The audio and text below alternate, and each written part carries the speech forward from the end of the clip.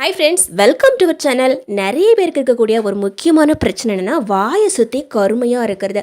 முகத்தில் இருக்கக்கூடிய மற்ற பாகங்கள் வெள்ளையாக இருந்தாலும் இந்த வாயை சுற்றின பகுதி ரொம்பவே கருமையாக இருக்கும். முக்கியமாக உதடுகள் ரொம்ப கருத்து போயிருக்கும்.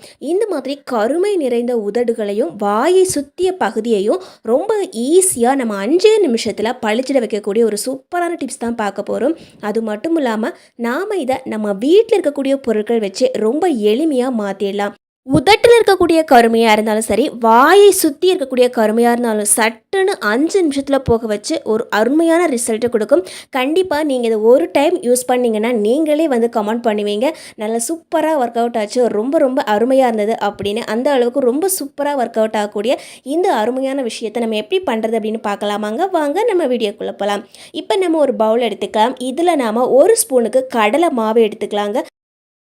கடலை மாவில் அதிகமாக ஆல்கலைன் ப்ராப்பர்ட்டிஸ் இருக்குது. அது மட்டும் இல்லாமல் எந்தவித இரிட்டேஷனும் இல்லாமல் நம்முடைய ஸ்கின்னை நல்லா பளிச்சிட வைக்கும். அதுக்கப்புறமா நம்ம எடுத்துக்கக்கூடியது ஒரே ஒரு தக்காளி. தக்காளியில் முழுசாக நமக்கு தேவைப்படாது, பாதியாக கட் பண்ணி பாதி தக்காளியில் இருக்கக்கூடிய ஜூஸ் மட்டும் கையிலேயே இந்த மாதிரி பிழிஞ்சு ஊற்றிக்கலாங்க.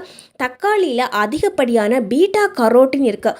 இது நம்முடைய ஸ்கின்னை நல்லா பளிச்சிட வைக்கிறதுக்கும் நல்லா பிரைட் ஆக்குறதுக்கும் ரொம்ப யூஸ்ஃபுல்லாக இருக்குங்க. அடுத்ததாக நம்ம யூஸ் பண்ணக்கூடியது எலுமிச்சை பழத்தோட ஜூஸ் தான். எலுமிச்சை பழத்தில் அதிகப்படியான விட்டமின் சி இருக்குது. அதனால தான் நம்ம இந்த எலுமிச்சை பழத்தை யூஸ் பண்ணுறோம். இதுலேருந்து 1 ஸ்பூனுக்கு ஜூஸ் நமக்கு தேவைப்படும். இப்போ எல்லாத்தையும் நம்ம மிக்ஸ் பண்ணி விட்டாச்சு. நம்ம அடுத்ததாக சேர்க்கக்கூடிய முக்கியமான பொருள் என்னென்னா தேன் தான். தேன் இல்லைன்னா நம்ம விட்டுடலாம், ஆனால் தேன் சேர்த்தானா ஒரு அருமையான ரிசல்ட் நமக்கு உடனடியாக கிடைக்கிறத நாமளே பார்க்க முடியும். தேனில் பார்த்திங்கன்னா மைல்டான ஆசிட் இருக்கும். இந்த ஆசிட் நம்முடைய ஸ்கின்னை நல்லாவே ப்ளீச் பண்ணி கொடுக்குங்க. இப்போ நம்ம கடைசியாக சேர்க்கக்கூடிய முக்கியமான பொருள் என்னென்னா பால் தான். இந்த பால் சேர்க்கும்போது உங்களுக்கு டவுட்டு வரலாம், காய்ச்சின பால் சேர்க்கணுமா அல்லது காய்ச்சாத பால் சேர்த்துக்கணுமா அப்படின்னு. நாம் இதில் காய்ச்சாத பால் தான் சேர்த்துக்கணும். பால் இருக்கக்கூடிய லாக்டிக் ஆசிட் நமக்கு டைரெக்டாகவே கிடைக்கும். இப்போ இதை நல்ல பேஸ்ட் மாதிரி வர அளவுக்கு நல்லாவே மிக்ஸ் பண்ணி கொடுக்கலாங்க. இதை நம்ம மிக்ஸ் பண்ணும்போது கவனிக்க வேண்டிய முக்கியமான விஷயம்னா, இது ரொம்ப கெட்டியாகவும் இருக்கக்கூடாது, அதே சமயத்தில் ரொம்ப தண்ணியாகவும் இருக்கக்கூடாது. இப்போ கொஞ்சம் கெட்டியாக இருந்ததுனால நான் கொஞ்சமாக பால் சேர்த்து மறுபடியும் இதை நல்லா மிக்ஸ் பண்ணி கொடுத்துட்டேன். நல்ல ஒரு க்ரீமி பதத்துக்கு வரணும். இப்போ இந்த அளவுக்கு நல்லா மிக்ஸ் ஆகிருக்குது பாருங்கள். கண்டிப்பாக நம்ம கடைகளில் ப்ளீச் பண்ணணும் அப்படின்னாவோ அல்லது ஃபேஷியல் பண்ணணும் அப்படின்னாவோ அதிகமான காசு செலவாகும். ஆனால் வீட்லேயே ரொம்ப ஈஸியாக நல்ல ஒரு ரிசல்ட் தரக்கூடிய ஒரு பேக் இது. இப்போ நாம் இந்த மிக்ஸ் பண்ணி வச்சுக்கக்கூடிய இந்த க்ரீமில் கொஞ்சமாக எடுத்து அந்த தக்காளிக்கு மேலே இந்த மாதிரி வச்சுக்கலாம். ஒரு தக்காளி நம்ம கட் பண்ணிடணும் இல்லைங்களா, பாதி தக்காளி நம்ம அப்படியே வச்சுருந்தோம், அந்த தக்காளிக்கு மேலே கொஞ்சமாக இந்த மாதிரி எடுத்து வச்சுக்கலாம். இப்போ நம்ம யூஸ் பண்ணுறதுக்கு முன்னாடி பாருங்கள் எந்த அளவுக்கு கருமையாக இருக்குது. அதே மாதிரி உதட்டை சுற்றியும் அந்த லிப்ஸுக்கு சுற்றியும் நிறையவே கருமை இருக்குது. இந்த கருமையெல்லாம் இன்ஸ்டண்ட்டாகவே நமக்கு போக வைக்க முடியுங்க. இதை யூஸ் பண்ணும்போதே உங்களுக்கு நல்ல ரிசல்ட் கிடைக்கிறத நீங்களே பார்க்கலாங்க. இப்போ நாம் இதை எப்படி யூஸ் பண்ணுறது அப்படின்னு பார்க்கலாம். நாம் ப்ரிப்பேர் பண்ணி வச்சுக்கக்கூடிய அந்த க்ரீமை நம்ம ஃப்ரிட்ஜில் ஸ்டோர் பண்ணி வச்சுட்டு கூட அடிக்கடி எடுத்து யூஸ் பண்ணிக்கலாம், அல்லது உடனடியாக தேவைப்படும் போது கூட இந்த மாதிரி எடுத்து யூஸ் பண்ணிக்கலாங்க. நாம் இது யூஸ் பண்ணுறதுக்கு முன்னாடி முகத்தை ஒரு தடவை நல்லா கழுவிக்கணும். கழுவி முகம் நல்லா சுத்தமாக இருக்கும்போது தான் நாம் இதை யூஸ் பண்ணணும். அதே மாதிரி இதை நாம் அப்ளை பண்ணும்போது முகத்தில் எண்ணெய் வடிகிற மாதிரியோ நிறைய அழுக்குகளோ இருக்கக்கூடாது. இப்போ நம்ம ஒரு தடவை அப்ளை பண்ணி முடிச்சதுக்கப்புறமா இன்னும் கொஞ்சம் க்ரீம் எடுத்து அதுக்கு மேலே வச்சு இந்த மாதிரி நல்லா அப்ளை பண்ணி கொடுத்துக்கலாம். இதை நம்ம அப்ளை பண்ணும்போது தேய்ச்சிட்டு அப்படியே விடாமல் கொஞ்சம் லைட்டாக 5 நிமிஷமாவது நல்லா இந்த மாதிரி தேய்ச்சி கொடுக்கணுங்க. தேய்க்கும் போது நல்லா ரவுண்ட் ஷேப்பில் தேய்ச்சிட்டே வந்தோன்னா அந்த கருமையெல்லாம் மாறுறதை நாமளே பார்க்க முடியும். ஒரு தடவை செஞ்சாவே நமக்கு நல்ல சூப்பரான ரிசல்ட் கிடைக்குங்க.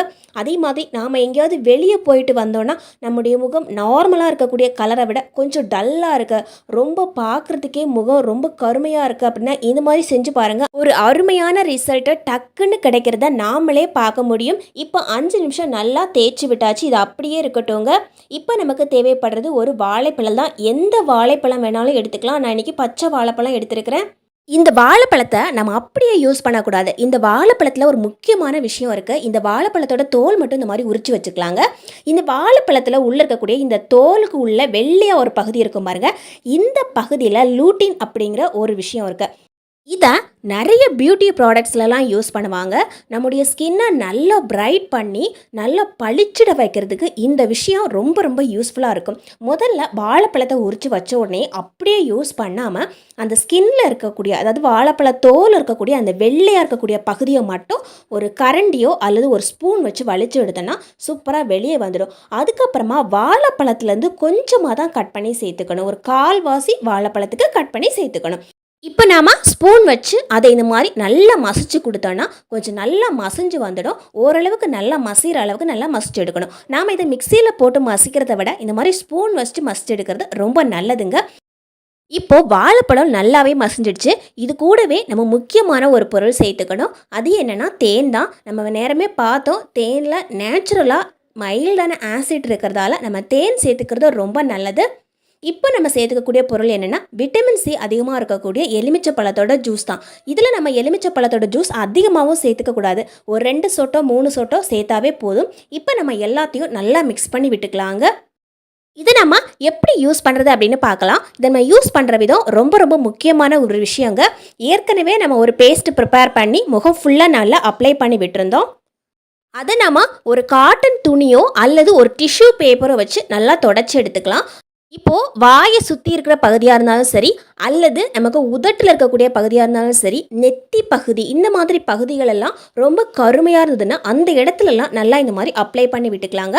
அதே மாதிரி கண்ணுக்கு கீழே நிறைய கருமையாக இருக்குது அப்படின்னா இதை அப்ளை பண்ணலாமா அப்படிங்கிற ஒரு டவுட் வரலாம். நாம் இதை அப்ளை பண்ணும்போது கழுத்தில், வாயை சுற்றி இருக்கிற பகுதி, கண்ணுக்கு கீழ் பகுதி, நெத்தியில் இந்த மாதிரி எல்லா இடத்துலையுமே நாம் அப்ளை பண்ணி விடலாங்க. ஒரு சூப்பரான ரிசல்ட் கிடைக்கிறத உடனடியாகவே நாம் பார்க்க முடியும். இப்போவே பார்த்தீங்கன்னா நான் கொஞ்ச நேரம் தான், ஒரு 2 நிமிஷம் தான் நல்லா தேய்ச்சி கொடுத்தேன்.